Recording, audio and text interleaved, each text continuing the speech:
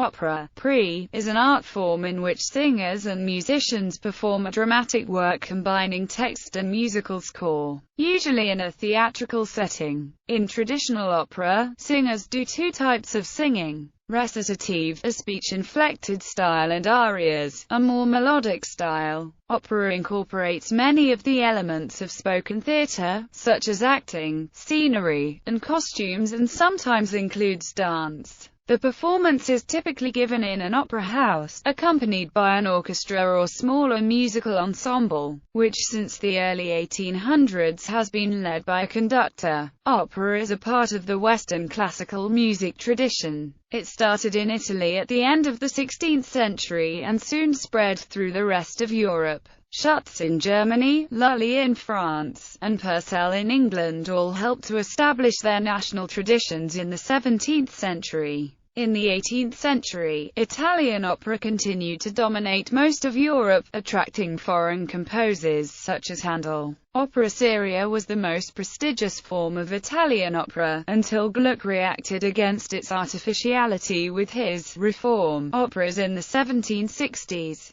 Today the most renowned figure of late 18th century opera is Mozart, who began with opera seria but is most famous for his Italian comic operas, especially The Marriage of Figaro, Don Giovanni, and Così fan tutte, as well as The Magic Flute, a landmark in the German tradition. The first third of the 19th century saw the high point of the bel canto style, with Rossini, Donizetti and Bellini all creating works that are still performed today. It also saw the advent of grand opera typified by the works of Auber and Meyerbeer. The mid to late 19th century was a golden age of opera, led and dominated by Wagner in Germany and Verdi in Italy. The popularity of opera continued through the Verismo era in Italy and contemporary French opera through to Puccini and Strauss in the early 20th century. During the 19th century, parallel operatic traditions emerged in Central and Eastern Europe, particularly in Russia and Bohemia. The 20th century saw many experiments with modern styles, such as atonality and serialism, neoclassicism, and minimalism. With the rise of recording technology, singers such as Enrico Caruso and Maria Callas became known to audiences beyond the circle of opera fans.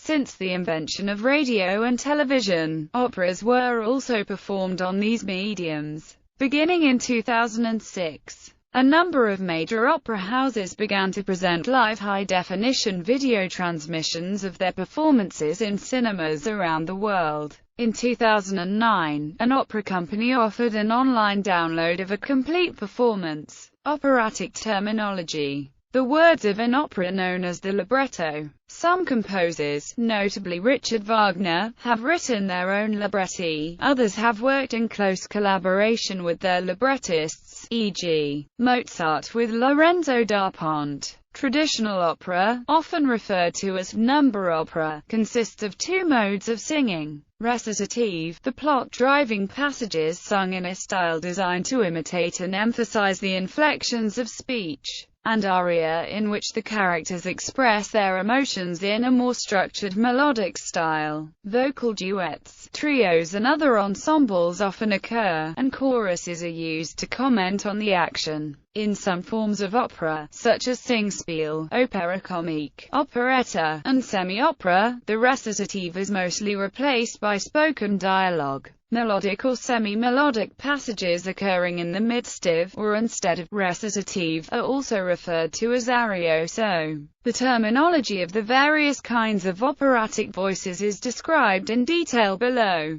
During both the Baroque and Classical periods, recitative could appear in two basic forms, each of which was accompanied by a different instrumental ensemble. Secco recitative, sung with a free rhythm dictated by the accent of the words, accompanied only by basso continuo, which was usually a harpsichord and a cello, or a compagnato in which the orchestra provided accompaniment. Over the 18th century, arias were increasingly accompanied by the orchestra. By the 19th century, accompagnato had gained the upper hand, the orchestra played a much bigger role, and Richard Wagner revolutionized opera by abolishing almost all distinction between aria and recitative in his quest for what he termed endless melody. Subsequent composers have tended to follow Wagner's example, though some, such as Stravinsky in his The Rake's Progress, have bucked the trend. The changing role of the orchestra in opera is described in more detail below.